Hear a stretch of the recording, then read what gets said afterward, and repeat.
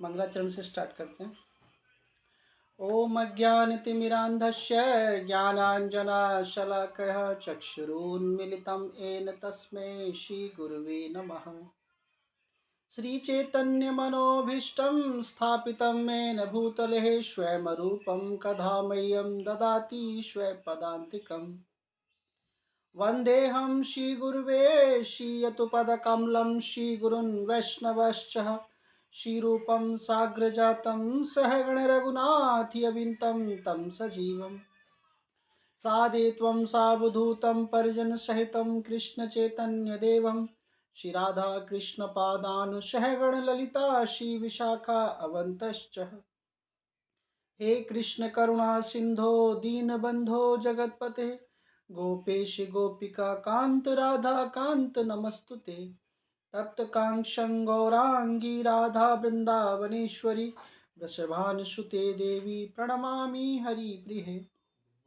वाञ्छाकल्पतरुभ्यश्च कृपा सिन्धुभ्यो एव च पतितानां पावनेभ्यो वैष्णवेभ्यो नमो नमः। नमो ओं विष्णुपादाय कृष्णप्रेष्ठाय भूतले श्रीमते भक्तिवेदांत स्वामिने निते नामने। नमस्ते सारस्वती देवे गौरवाणी प्रचारिणे निर्विशेष शून्यवादी पाश्चात्यदेशतारिणे। जय श्री कृष्ण चैतन्य प्रभु नित्यानंद श्री अद्वैत गदाधर शिवासादि गौर भक्त वृंद। हरे कृष्णा कृष्णा कृष्णा हरे हरे हरे राम राम राम हरे हरे। श्रील प्रभुपाद की जय, गुरु महाराज की जय। हरे कृष्णा। तो अब हमारी नई पुस्तक स्टार्ट जैसे हुई है, आत्म साक्षात्कार का विज्ञान, है ना। पहले ये इस प्रिंट में आती थी और अब थोड़ा प्रिंट ना चेंज हो गया इसका। तो आत्म साक्षात्कार, इसमें ये है आत्म साक्षात्कार का विज्ञान। मैंने फर्स्ट जो किताब पढ़ी थी वो यही थी। जब मैं नया नया स्कॉन में जुड़ा था तब हमें पहले यही किताब पढ़ाई गई थी हिज ग्रेस जय माधव हरि प्रभु जी के माध्यम से। तो बहुत बहुत धन्यवाद कि इस किताब को हम दोबारा से स्टार्ट कर रहे हैं। तो यहाँ पर कल जैसे प्रभुपाद का परिचय भी दिया गया था काफ़ी, और इस पुस्तक का जो हम जानते हैं कि आत्म साक्षात्कार का विज्ञान, इसका मतलब ही क्या है। आत्म साक्षात्कार का मतलब क्या है कि अपने आप को जानना। आत्म साक्षात्कार का मतलब है कि हु आई एम, मैं कौन हूँ। तो अपने आप को सिर्फ जानने की कोशिश करना, यहाँ पे अपने आप को जानना कि क्या मैं इंसान हूँ। सबसे पहले तो हु आई एम, क्या मैं इंसान के जैसा हूँ, और इंसान हूँ तो मेरे क्या धर्म है, क्या कर्म है, क्या मुझे करना चाहिए, क्या नहीं करना चाहिए। ये पुस्तक जो है वो हमें ये चीज़ सिखाती है। तो यहाँ पर थोड़ा सा मैं माता जी इसको थोड़ा पुस्तक को ग्लोरीफाई करना चाहूँगा, अगर आप मुझको परमिशन देते हो।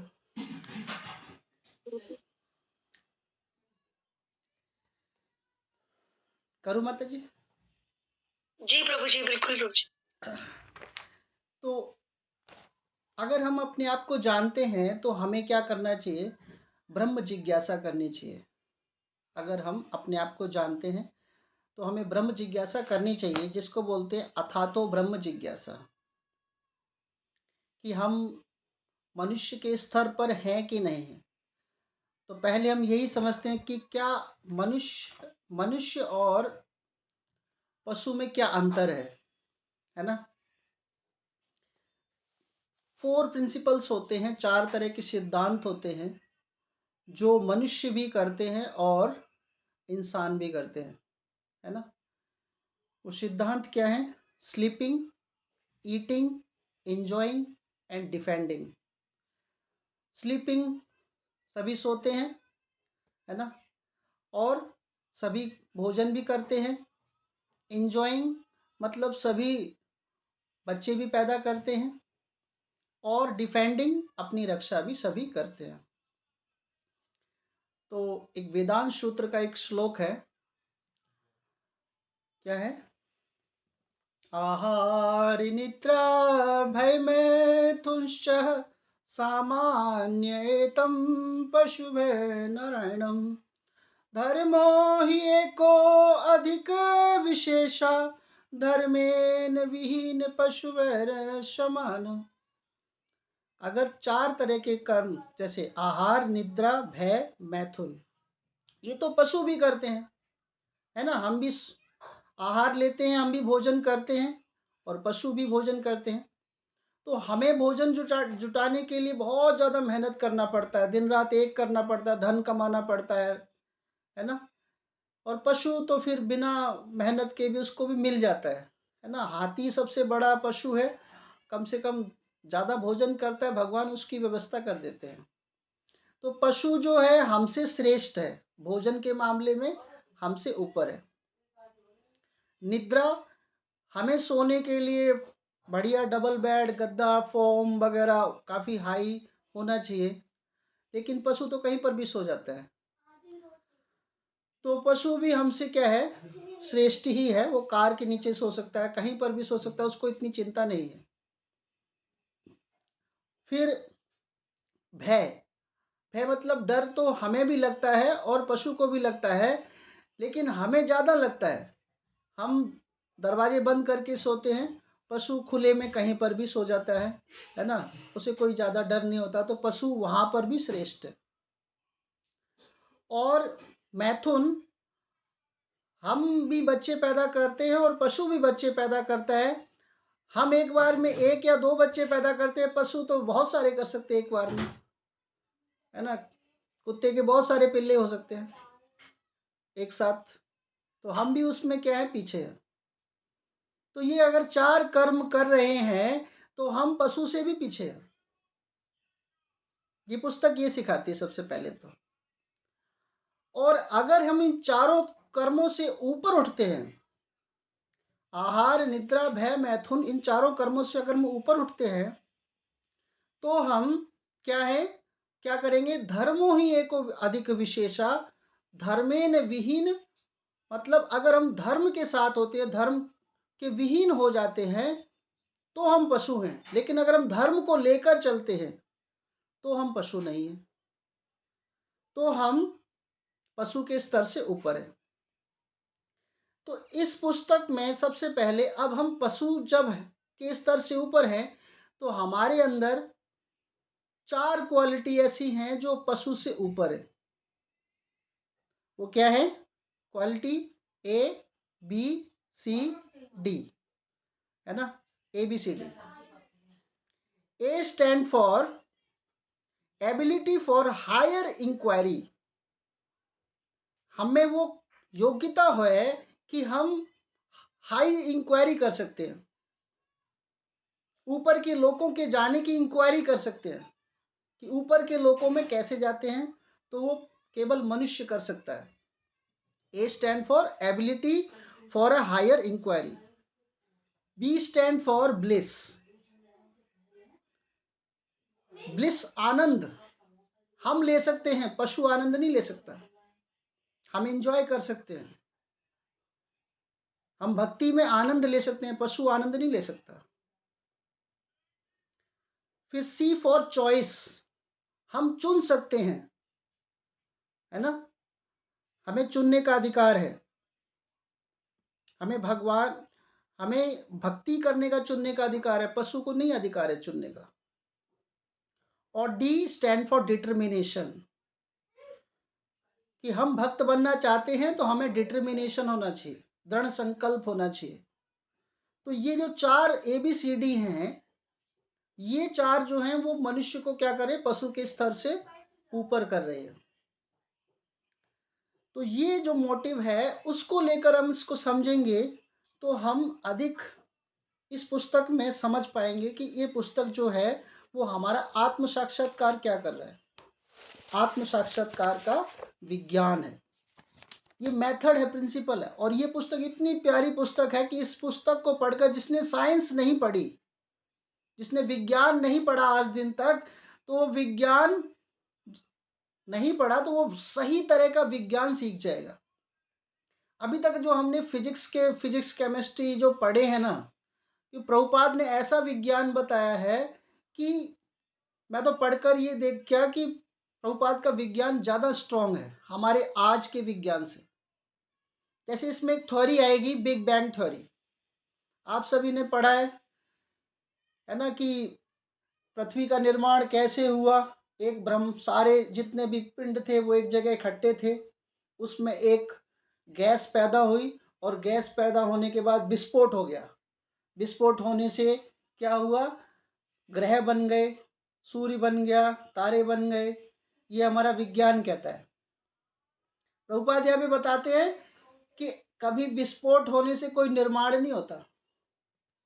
विस्फोट, मान लो घर के नीचे बम लगा दें तो घर बन जाएगा, घर तो बिखर जाएगा, है ना। तो कोई विस्फोट से निर्माण नहीं होता। तो बिग बैंग थ्योरी जो हमने आज दिन तक जो पढ़ी और हमारे बच्चे भी पढ़ रहे हैं ना, बोगस थ्योरी है। तो प्रभुपाद इसकी धज्जियां उड़ा रहे हैं। इसका निर्माण संसार में जो कुछ भी किया है, जो भी क्रिएशन करने वाला है, उसका भगवान ने क्रिएशन किया है। तो प्रभुपाद इस पुस्तक से बताएंगे। और भी बहुत सारे महत्वपूर्ण हैं, तो वो रहस्य है ना, अब हम इसको पढ़कर ही आनंद लेंगे। तो ये छोटा सा इंट्रोडक्शन था उस पुस्तक का। तो आइए हम इसको स्टार्ट करते हैं। पहला इसमें चैप्टर है मानव जीवन का लक्ष्य।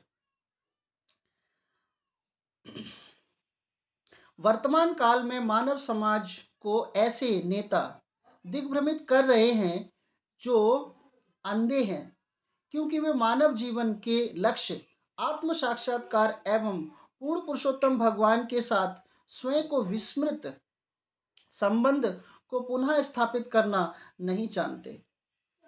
कृष्ण भावनामृत आंदोलन मानव समाज को इस महत्वपूर्ण विषय के ज्ञानोदीप्त करने का प्रयास कर रहा है ना।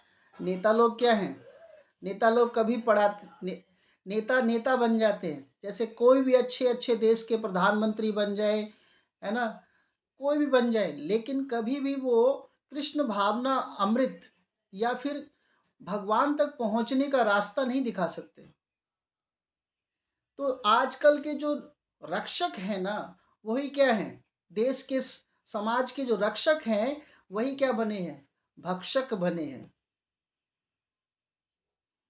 छोटी सी स्टोरी याद आ रही है, लेकिन रक्षक और भक्षक के ऊपर अभी पढ़ लेते हैं, स्टोरी बाद में करते हैं। बहुत इंटरेस्टिंग स्टोरी है वो। अध्यात्म आगे पढ़ते हैं। अत्यधिक महत्वपूर्ण इस कृष्ण भावनामृत आंदोलन का उद्देश्य मानव समाज की आध्यात्मिक मृत्यु से रक्षा करने का है। वर्तमान काल में मानव समाज को ऐसी नेता दिग्भ्रमित कर रहे हैं जो अंधे हैं। तो आज के समाज में आजकल क्या है, जो भी कृष्ण भावनामृत आंदोलन का उद्देश्य मानव समाज के आध्यात्मिक मृत्यु, है ना, अत्यधिक मृत्यु से रक्षा करना है।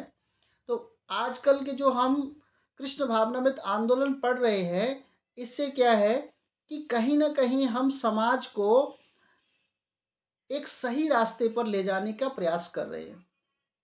लेकिन नेताओं का ये काम नहीं है। नेता क्या करते हैं, वो क्या भ्रमित करते हैं। वोट मांगने के लिए वो क्या करते हैं, सहारा लेते हैं, संस्थाओं का सहारा लेते हैं, गुरुओं का सहारा लेते हैं। इस तरह वो क्या करते हैं, भ्रमित करते हैं।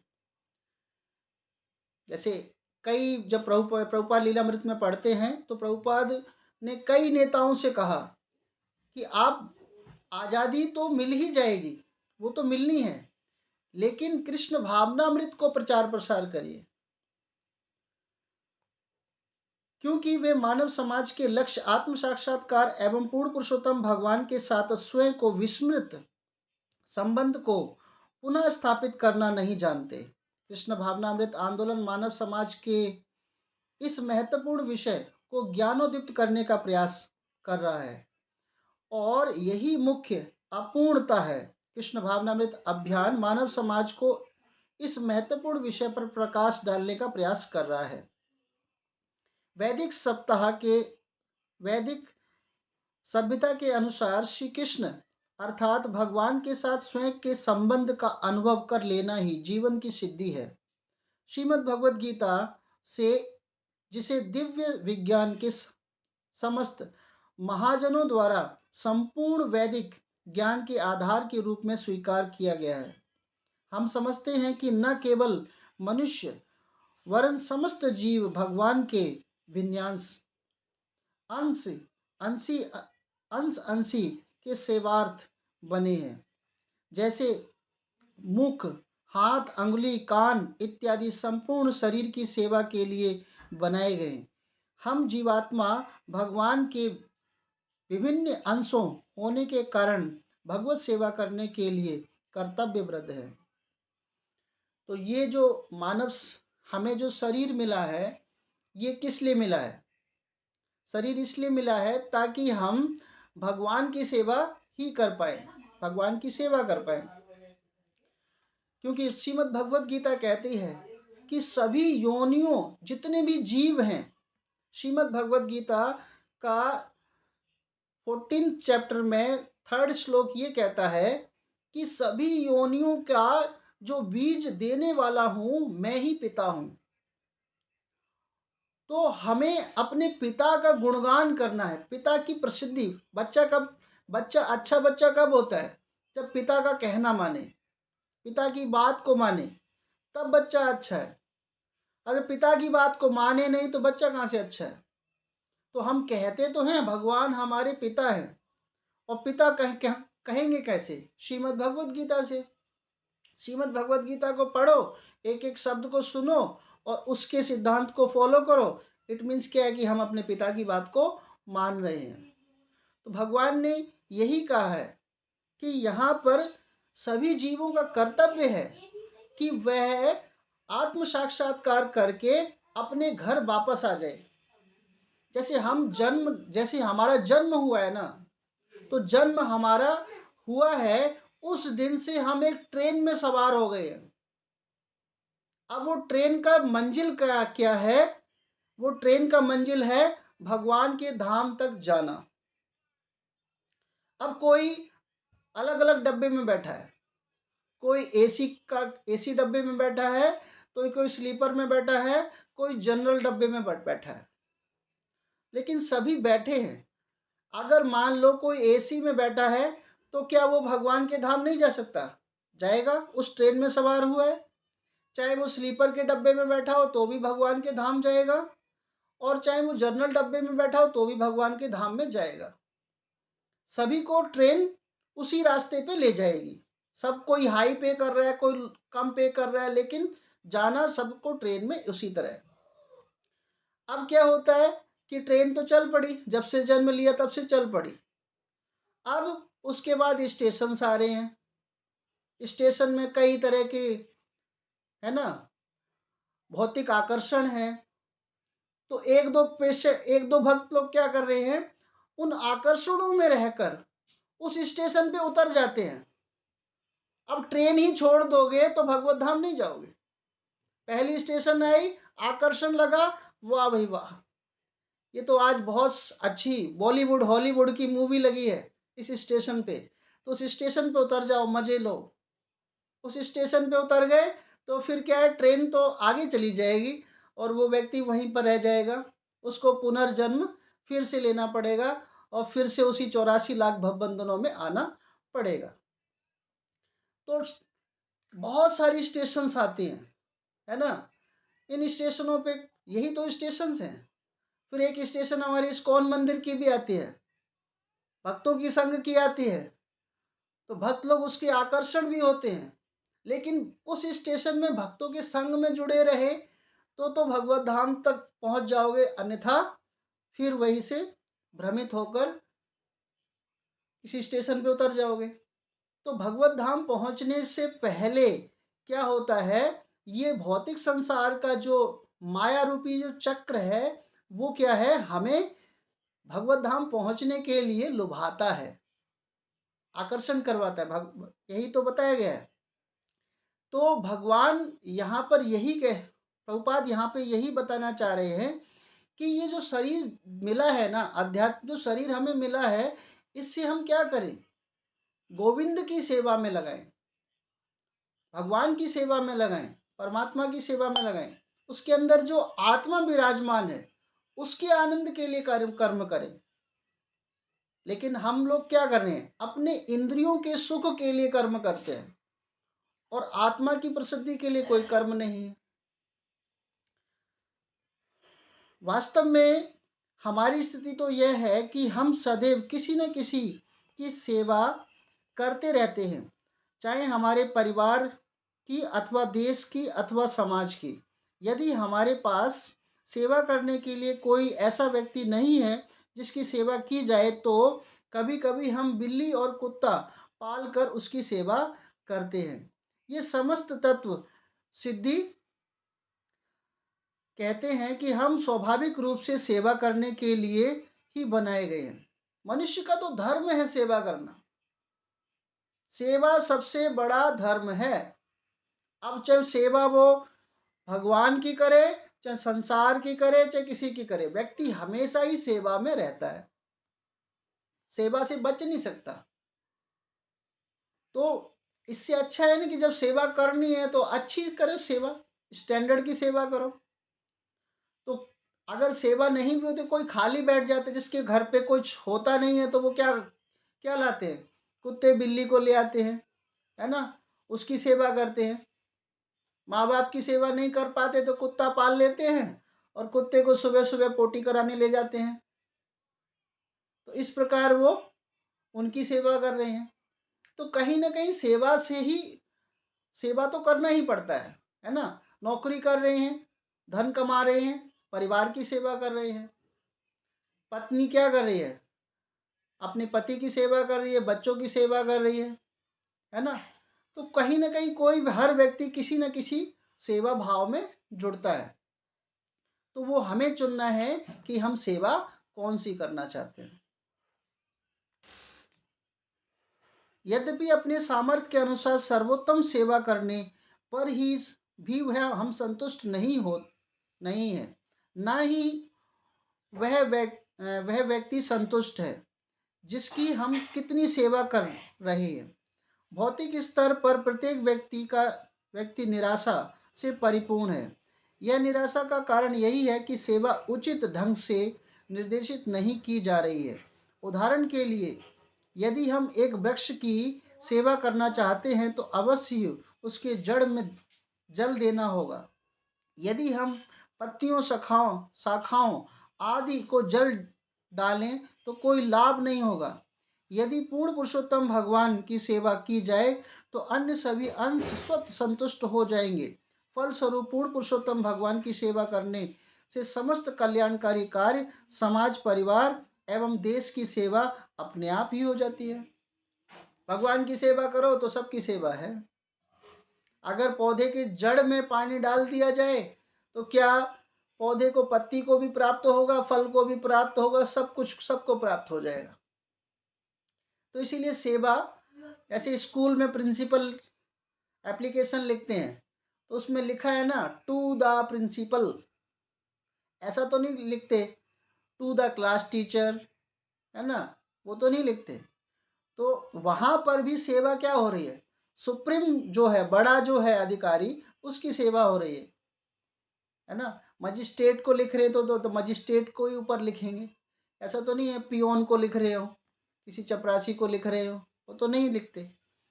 तो जब हम हर जगह सर्वोत्तम अधिकारी की सेवा कर रहे हैं तो हम परम पुरुषोत्तम भगवान की सेवा करनी चाहिए। अब भगवान की सेवा के लिए क्या करें?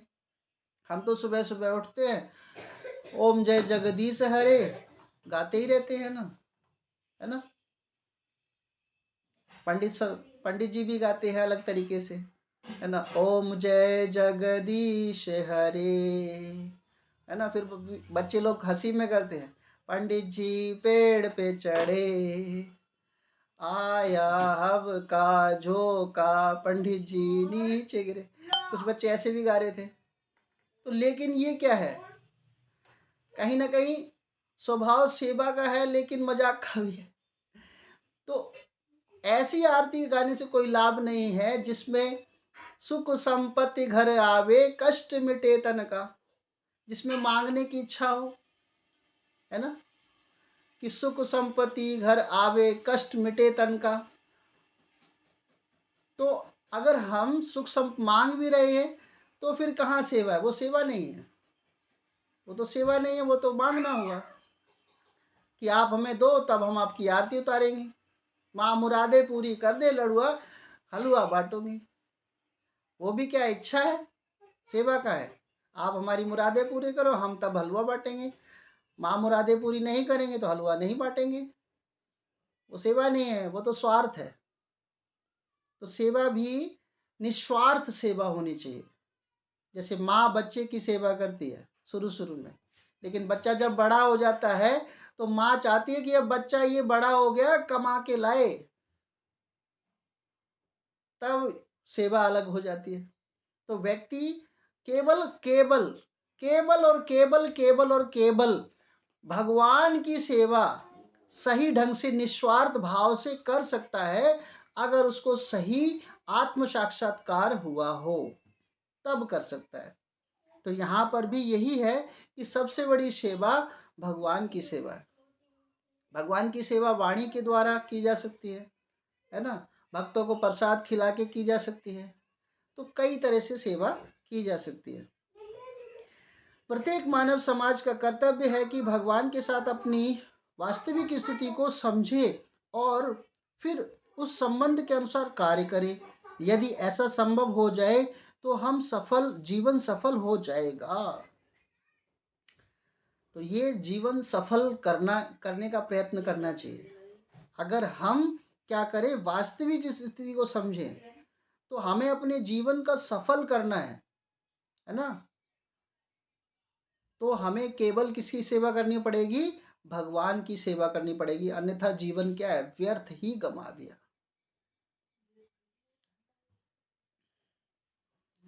भारत भूमि ते हैल मनुष्य जन्म यार, जन्म सार्थक कर कर पर उपकार। भारत भूमि पर जन्म लिया है ना, तो अपने जन्म को सार्थक करना सबसे बड़ा कर्म है। और जन्म सार्थक कब होगा? जब हम भगवान की सेवा में आएंगे। किंतु कभी कभी हम चुनौती देते हुए कहते हैं कि भगवान ही नहीं, अथवा मैं भगवान हूं, या यहां तक कि मैं भगवान की परवाह नहीं करता, है ना। चुनौती देने वाले चले गए, जिन्होंने भगवान को चुनौती दी वो चले गए। रावण ने चुनौती दी भगवान को, चले गए रावण। कंस ने भगवान को चुनौती दी, चले गए। दुर्योधन ने भगवान को चुनौती दी, भगवान ने सब कुछ तहस नहस कर दिया। तो अब भगवान को चुनौती तो कभी देना नहीं चाहिए, है ना। किंतु परंतु यह चुनौती पूर्वक भाव वास्तव में हमारी रक्षा नहीं कर पाएगा। भगवान है, प्रत्येक क्षण हम उनको देख सकते हैं। देखिए क्या कहते हैं यहाँ पे, भगवान है और प्रत्येक क्षण उनको देख सकते हैं। यदि हम अपने जीवन में भगवान को देखना अस्वीकार कर दें तो हमारे सामने क्रूर मृत्यु के रूप उपस्थित होंगे। जब हम देखते हैं कि जब से हमने लीला वगैरह सुनी है, चिंतन किया है, श्रीमद् भगवत गीता पढ़ते हैं, समझते हैं, है ना, और गौर आरती गाते हैं, तब तक भूत प्रेत का तो कोई सपना तो आया ही नहीं है। सबसे बड़ी बात तो यही। तो यहाँ पर भी यही है कि अगर कोई भगवान को छोड़ेगा तो उसे मृत्यु दिखेगी, भूत प्रेत दिखेंगे। हम उनको यदि एक रूप में नहीं देखना चाहते तो हम उनके द्वारा दूसरे रूप में देखेंगे। पूर्ण पुरुषोत्तम भगवान की विविध रूप है, क्योंकि वे समस्त सृष्टि के आदि कारण हैं। एक दृष्टि से उनसे दूर भाग पाना हमारे लिए संभव ही नहीं है। हम भगवान से बिल्कुल दूर नहीं हो सकते, है ना। जैसे चोर चोरी करता है ना, तो चोर सोचता है मुझे कोई देख नहीं रहा, तो बोलता सूर्य तो देख रहा है ना। सूर्य किसका है? भगवान का। तो चोर सोचता है रात में चोरी करूं, तो चंद्रमा किसका है? चंद्रमा भी भगवान की नेत्र है। फिर वो सोचता है कि अमावस की रात को करेंगे, तो अमावस की रात में वो चोरी करता है। तो वायु देवता भी तो भगवान के हैं, वायु तो हर जगह होती है। अब वायु के स्थान पे नहीं चोरी कर रहा है, तो आंखों में जो निमाई देव भगवान बैठे हुए हैं पलकों के ऊपर, वो भी भगवान के स्वरूप है। तो भगवान से व्यक्ति कभी अलग नहीं है। वो बस ये सोचता है कि मुझे कोई देख नहीं रहा, लेकिन भगवान हमेशा ही उसके साथ होते हैं। यदि कोई कृष्ण भावना अमृत आंदोलन ना तो अंध धार्मिक उन्माद है और न ही कुछ आधुनिक व्यक्तियों का विद्रोह, अपितु परम भोक्ता उद्यत पूर्ण पुरुषोत्तम भगवान से संबंधित हमारी शाश्वत आवश्यकताओं की पूर्ति करने का एक प्रामाणिक एवं वैज्ञानिक मार्ग है। तो ये जो कृष्ण भावना अमृत आंदोलन है, ये एक प्रामाणिक मार्ग है ना। प्रामाणिक मार्ग परंपरा के साथ है। और यहाँ पर प्रामाणिक मार्ग ऐसे कहेंगे कि भगवान के चरणों से होते हुए ये हमारे प्रभुपाद से और हमारे गुरु महाराज से और अब तक हम भक्तों के चरणों में बैठे हुए हैं, तो ये प्रामाणिक तरीके से चल रहा है। जैसे रस्सी होती है ना, कि रस्सी अगर किसी जगह पर बंधी हो तो हम वहां तक समझते हैं कि उसका मंजिल वहां तक है। तो हमारी श्रीमद् भगवत गीता में क्या लिखा हुआ? गुरु परंपरा। तो प्रमाणिक गुरु परंपरा के मार्ग पर है। तो कृष्ण भावनामृत आंदोलन जो है, ये क्या है? एक वैज्ञानिक मार्ग है। जो भी श्रीमद् भगवत गीता या प्रभुपाद की पुस्तक पढ़ता है, वो कम से कम क्या है? वो वैज्ञानिक है। वो एक सही वैज्ञानिक है। मतलब भौतिक दुनिया का वैज्ञानिक फेल है उसके सामने। कृष्ण भावना अमृत अर्थात कृष्ण भक्ति का अर्थ है भगवान के साथ अपने नित्य संबंध को स्थापित करना तथा उसके प्रति अपने कर्तव्य का पालन करना। इस प्रकार कृष्ण भावना अमृत हमें वर्तमान मनुष्य जीवन के सर्वोच्च सिद्धि को प्राप्त कर लेने में सामर्थ्य बनाता है। हमें सदैव स्मरण रखना चाहिए कि आत्मा के द्वारा लाखों वर्षों तक देहांतरण के चक्र में घूमने के पश्चात यह विशेष मानव शरीर हमें प्राप्त हुआ है। पशु जैसे निम्न जीवन की तुलना में हम इस विशेष जीवन के आर्थिक प्रश्न सहजता से हल हो जाते हैं। सुअर, कुत्ते, ऊंट, गधों इत्यादि का आर्थिक आवश्यकता भी उतनी ही महत्वपूर्ण है जितनी ही हमारी है। परंतु जहाँ तक इन पशुओं तथा अन्य प्राणियों के आर्थिक प्रश्न प्राचीन अवस्थाओं में ही हल हो जाते, वहीं दूसरी ओर प्रकृति के नियमों के द्वारा मनुष्य को एक सुविधाजनक जीवन व्यतीत करने की सभी सुविधाएं दी जाती हैं। तो ये जो अंतर, ये मैंने स्टार्टिंग में जो बताया कि हम पशुओं से अधिक अलग हैं, सुविधाएं हमें अलग मिली हैं। हमें पशुओं से ज़्यादा बुद्धि मिली है। बुद्धि क्यों भगवान ने इंसान मनुष्य को ज़्यादा दी है ना? कम देते बुद्धि। अगर भगवान को हमारा उद्धार नहीं करना पड़ता तो बुद्धि कम देते। तो बुद्धि भी हमें भगवान ने दी है। नेत्र दिए हैं अच्छे, खाने के लिए अच्छे पकवान दिए हैं, रहने के लिए अच्छी व्यवस्थाएं कर दी हैं, है ना? स्वच्छ जल पीते हैं सभी। तो ये सब प्रकृति की जो सुंदर सुंदर सुविधाएं हैं, ये सब किसको दी हैं? मनुष्य को दी हैं। और फिर भी मनुष्य जो है इन सुविधाओं को प्राप्त कर कर भी वो भगवान का आश्रय प्राप्त नहीं करता है।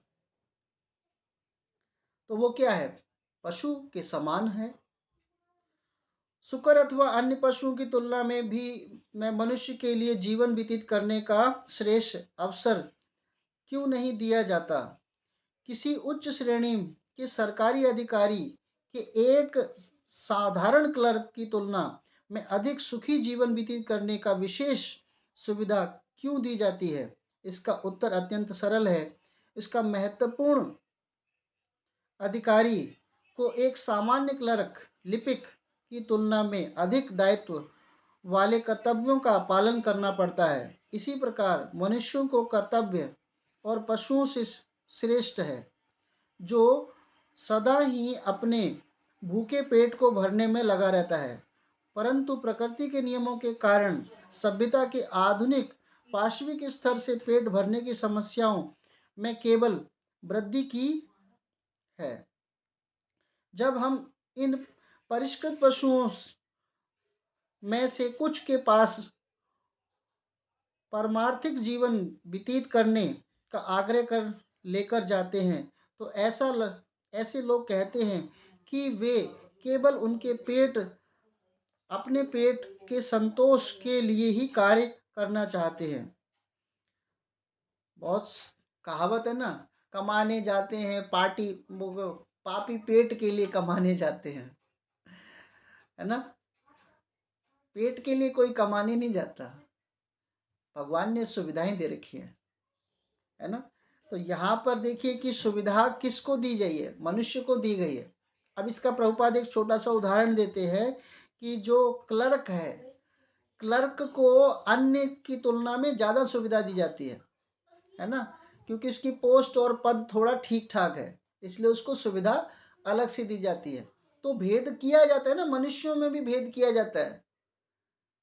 जैसे प्रधानमंत्री हैं जो हमारे, है ना, उसको ज़्यादा सुविधा दी जाती है। राष्ट्रपति को राष्ट्रपति भवन बनाया गया है उसके लिए अलग से, उसको बहुत ज़्यादा सुविधा दी गई हैं, सुरक्षाएं दी गई हैं।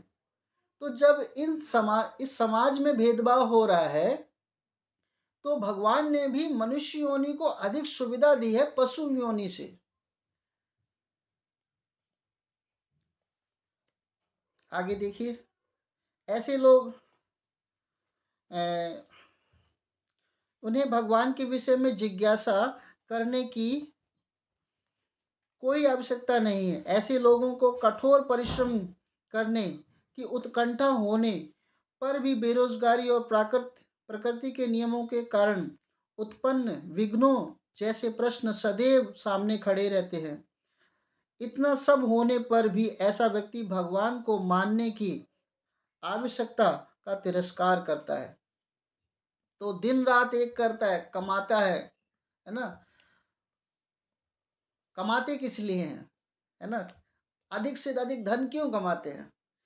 वो कहता है कि बच्चों के लिए कमा रहे हैं। अब सब तो बच्चे के लिए कमा रहे हैं। बच्चे भी तो दो प्रकार के होते हैं। बच्चे दो प्रकार के होते हैं, सपूत और कपूत। अगर सपूत बच्चे हैं तो उनके लिए कमाने की क्या आवश्यकता है? वो तो कमा के खा लेंगे। और कपूत बच्चे हैं तो उनके लिए छोड़ने की क्या आवश्यकता है? वो तो बर्बाद कर देंगे। तो वो भी व्यर्थ है। उतना कमाना चाहिए जिससे गुजारा हो सके, भगवत भक्ति हो सके, उतना कमाना चाहिए। लेकिन ये क्या है कि आज व्यक्ति क्या बन गया? गधा बन गया। गधे की तरह कमाता है, दिन रात एक करता है, पसीना बहाता रहता है।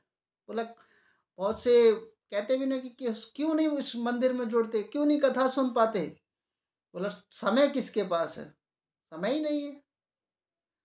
लेकिन अगर व्यक्ति खूब कमाए, ऐसा नहीं कमाना नहीं है, खूब कमाना है, लेकिन भगवत भक्ति के साथ जुड़कर कमाना है, भगवान को लेकर कमाना है, साथ में कर्म करके कमाना है। तो यहाँ पर भी यही बताया गया है कि कठोर परिश्रम करते, उत्कंठ करते हैं, बेरोजगारी, है ना। बोले बेरोजगार हो रहे हैं, भारत में बहुत ज्यादा बेरोजगारी है।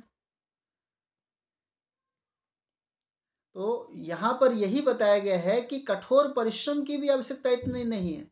भगवत भक्ति सरल है ना। परिवार में अगर एक घर है तो चार घर लेने की आवश्यकता नहीं है, एक ही घर काफी है। बोले बच्चों के लिए हमारे चार बच्चे, उनको चारों को सेट करना है, बोले चार प्लॉट और खरीदने हैं, तब जाके चारों के उनकी डिमांड पूरी होगी। बोला सब कुछ करके जाएंगे।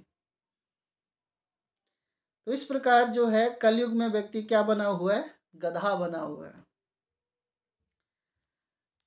तो एक छोटा सा वो है, कलयुग जो है ना, कलयुग में जो रक्षा करने वाला है ना, वही भक्षक बना हुआ है। तो अब मैं वो वाली छोटी सी एक कथा सुना देता हूँ कि एक बार क्या हुआ, 2000 का पहले नोट चलता था, और 2000 का नोट और 10 रुपये के नोट में लड़ाई हो गई कि कौन बड़ा है कौन बड़ा है। तो 2000 का नोट बोला मेरे पीछे तो 3 जीरो लगे हैं, तो मैं ही बड़ा हूँ। 10 रुपये का नोट बोला कि मैं बड़ा हूँ। बोला 2000 बोला मैं हर जगह पहुँच जाता हूँ। 2000 का नोट बोला मैं हर जगह पहुँच जाता हूँ। 10 रुपये का नोट बोला कि तू एक जगह नहीं पहुँच पाता है। बोला कौन सी जगह है? बोले तू मंदिर की हुंडी में नहीं पहुँच पाता है। केवल 10 रुपये का नोट मंदिर की हुंडी में जाता है। 2000 का नोट कोई गलती से चला गया तो चला गया, अन्यथा नहीं जाता है। तो आज के टाइम में जो कलयुग है वही क्या है, जो जो रक्षा करने वाले, जैसे नेताओं का बारे में, नेता क्या बने, रक्षक। जो रक्षा करने वाले हैं वही भक्षक बने हुए हैं। तो इसमें छोटी सी एक कहानी है कि एक बार क्या हुआ, युधिष्ठिर महाराज जो है ना, वो क्या करते हैं, कलयुग के प्रश्नों को सॉल्व करते हैं। और तो भीम ने सोचा कि जब बड़े भैया इतने प्रश्नों को सॉल्व करते हैं, तो मैं भी बड़े भैया की क्या करूं, मदद करूं। तो भीम ने क्या किया कि अपनी एक ब्रांच खोल ली कि कलयुग की समस्याओं को मैं हल करूंगा, बड़े भैया की जगह मदद करेंगे। तो इस तरह उन्होंने एक ऑफिस मेंटेन कर लिया। अब संसार के लोग आने लगे प्रश्न पूछने के लिए। तो एक व्यक्ति आया, बोला आप मेरे प्रश्न का हल उत्तर देंगे? बोले हाँ बिल्कुल देंगे। बोला क्या प्रश्न है? बोला मेरा प्रश्न ये है कि एक किसान ने, आप सभी भी ध्यान से सुने, कि एक किसान ने बाड़ा लगाया, खेत में बाड़ा लगाया, और जो बाड़ा था वही खेत को खा गया। तो भीम कहते हैं कि ऐसे कैसे हो गया, किसान ने बाड़ा लगाया और बाड़ा खेत को कैसे खा सकता है? फैंसीज कभी खा सकते हैं? तार लगे हैं, तार कैसे खा सकते हैं? तो आप जाओ युधिष्ठिर महाराज के पास ही जाओ, वही आपके प्रश्नों का उत्तर देंगे। तो उसके बाद पहला प्रश्न तो उनसे सॉल्व हुआ नहीं। फिर एक और व्यक्ति आया, बोला कि कलयुग के प्रश्न का आप सॉल्यूशन देते हो, तो एक और प्रश्न मैं पूछता हूँ। तो दूसरा प्रश्न भीम से फिर पूछा गया कि एक जग है, एक जग है जिसमें 2000, उसमें 1000 ml पानी आता है, और 5 ग्लास हैं 200 ml के। तो एक जग जो है पांचों ग्लास को पानी भर रहा है, लेकिन पांचों ग्लास जो हैं वो एक जग को पानी नहीं भर रहे हैं। कैसे? बोले ग्लास की वॉल्यूम तो बराबर है, और जग की वॉल्यूम भी बराबर है। टू टू टू 200 ml के 5 जग हैं, ग्लास हैं, तो वो इक्वल टू 1000 ml ही होगा, तो वो भी भर सकते हैं। बोला नहीं भर पा रहे हैं। बोला बताओ। तो वो भी उसका उत्तर नहीं दे पाए। तो वो भी क्या हुए, युधिष्ठिर महाराज के पास भेज दिए। फिर तीसरा प्रश्न पूछा कि एक व्यक्ति आया प्रश्न पूछने, बोला एक सुई है, सुई के छेद से हाथी तो निकल जाता है, लेकिन हाथी की ना पूंछ फंस जाती है। बोला ये कैसे होता है, सुई के छेद से जब हाथी निकल जाता है, तो इतना बड़ा हाथी निकल रहा है तो पूंछ भी निकल जानी चाहिए। तो ये तीसरा प्रश्न भी वो सॉल्व नहीं कर पाए, युधिष्ठिर महाराज के पास भेज दिया। अब चौथा प्रश्न जो था वो ये था कि गाय ने बछड़ा दिया और बछड़ा ही गाय को खा गया। बोला ये कैसे? बोला ये गाय क्या, गाय तो वेजिटेरियन है, नॉन वेज कैसे ले रही है गाय? बछड़ा नहीं खा सकते। तो उन्होंने अपने सारे शटर बंद कर दिया, कलयुग के कोई प्रश्न नहीं सॉल्व हो पाए, और युधिष्ठिर महाराज के पास भेज दिया। फिर एक और चलते टाइम एक और प्रश्न पूछने वाला आ गया कि एक व्यक्ति जो है वो धागों को पहाड़ में बांधता है और धागे से पूरे पहाड़ों को गिरा रहा है। बोले ये कैसे, धागे से कहाँ पहाड़ गिर सकते हैं? पहाड़ तो बड़ी बड़ी रस्सियों से नहीं गिर सकते, तो धागे से कैसे गिर सकते हैं? तो बोला आप भी जाओ युधिष्ठिर महाराज के पास जाओ, वही आपकी समस्याओं को हल करेंगे। तो भीम भागे भागे गए कि भैया ने भी तो ये प्रश्न हल नहीं करे होंगे।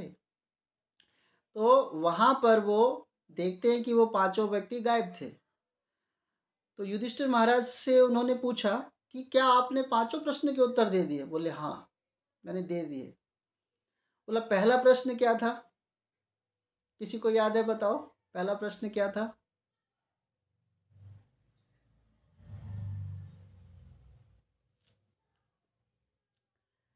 पहला प्रश्न ये था कि खेत में बाड़ा लगाया और बाड़ा ही क्या हुआ, खेत को खा गया। तो युधिष्ठिर महाराज उत्तर देते हैं कि कलयुग में जो रक्षा करने वाले हैं ना, वही क्या है, रक्षक ही भक्षक बने हुए हैं।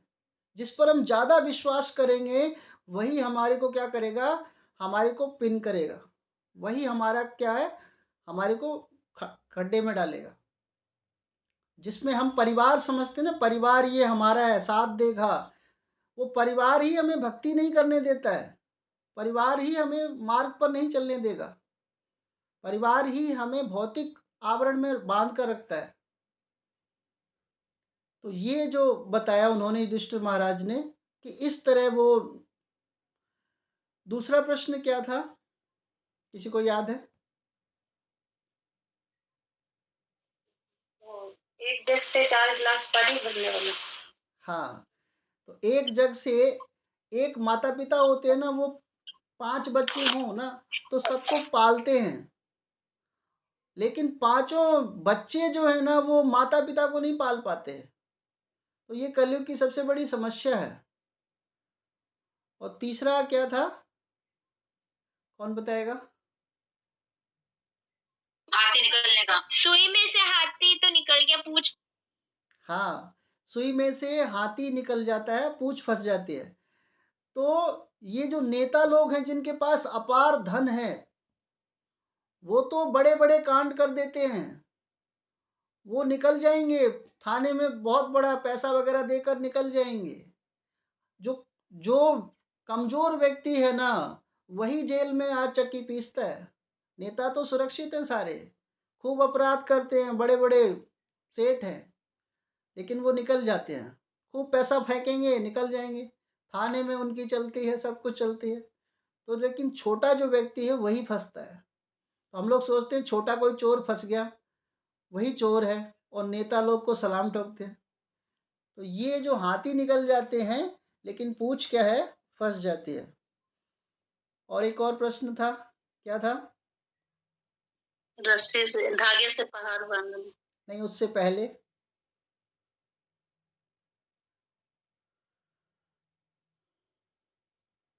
गाय और बछड़े वाला। हाँ जी, गाय, और गाय ने बछड़ा दिया और बछड़े ही, गाय बछड़े को खा गई। कलयुग में आज जो है अधर्म ज्यादा हो रहा है, कितनी भ्रूण हत्या हो रही है, माता अपने बच्चे को भ्रूण हत्या में मरवाती है, ये भी बहुत बड़ा अपराध है, पाप है। तो माँ क्या कर रही है, भ्रूण हत्या करवा रही है, खुद ही करवाती है, तो गाय बछड़े को खा रही है। तो ये भी क्या है, कलयुग की समस्याएं। लेकिन अंतिम प्रश्न जो है कि व्यक्ति जो है धागे से पहाड़ को, पूरा पहाड़ ही गिरा रहा है। तो भगवान का, हरि का नाम जो है ना, हरे कृष्णा कृष्णा कृष्णा हरे हरे, हरे राम, ये बड़े से बड़े पहाड़ को गिरा सकता है, बड़ी बड़ी समस्याओं को नीचे गिरा सकता है। तो ये जो कलयुग की समस्याएं जो चल रही है ना, ये भगवत भक्ति करने नहीं देंगी। और व्यक्ति अगर भगवान के नाम का आश्रय ले ले तो वो सभी रास्तों को पार कर जाएगा। तो ये छोटी सी कथा के माध्यम से मैंने बताया। तो बहुत सुंदर पुस्तक है यहाँ पर सभी। तो मैंने यहाँ तक पढ़ दिया माता जी, क्लास टाइम हो गया है। और किसी भक्त का कोई चर्चा हो तो उसका स्वागत है। और मेरे से अगर कोई गलती समझाने में हुई है तो वो मेरे शब्द हैं, और जो अच्छा लगा है वो गुरु महाराज का है, सभी भक्तों का है। हरे कृष्णा।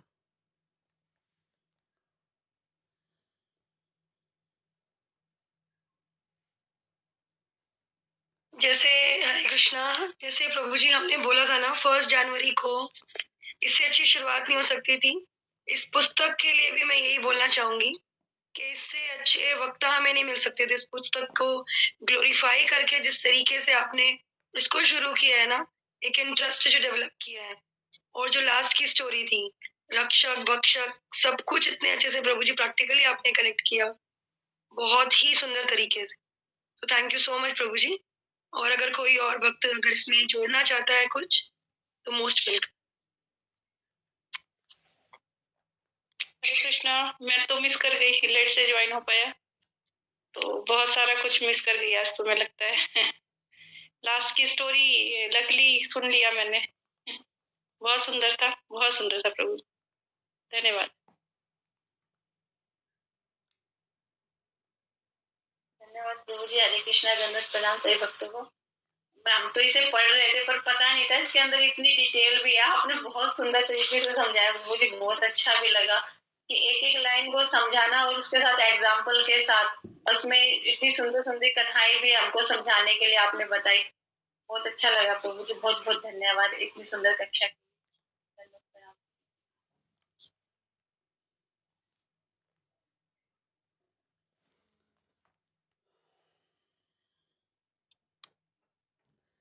हरे कृष्णा। हरे कृष्णा, सभी भक्तों का बहुत बहुत धन्यवाद। मंजू माता जी आप कुछ कहिए। प्रभु जी आपने इतना सुंदर समझाया, मैं तो आपसे यही प्रार्थना करूंगी कि ये सारी बुक आप ही समझा दीजिए हमें।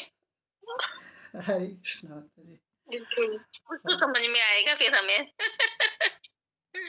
बहुत धन्यवाद प्रभु जी, आपका बहुत बहुत धन्यवाद। बहुत ही सुंदर तरीके से आपने समझाया है, एक एक वर्ड का इतना ग्लोरीफाई आपने किया है, उसकी कोई बस कोई शब्द ही नहीं है मेरे पास। धन्यवाद प्रभु जी। हरे कृष्णा माता जी, बहुत बहुत धन्यवाद। तो बहुत प्यारी पुस्तक है और आगे ये बहुत ही नॉलेजफुल रहेगी। बहुत ही प्यारी पुस्तक है, क्योंकि मैं इसको कोविड में मैंने पढ़ी थी प्रभु जी के साथ। तो बहुत सौभाग्यशाली मैं उस समय समझता था।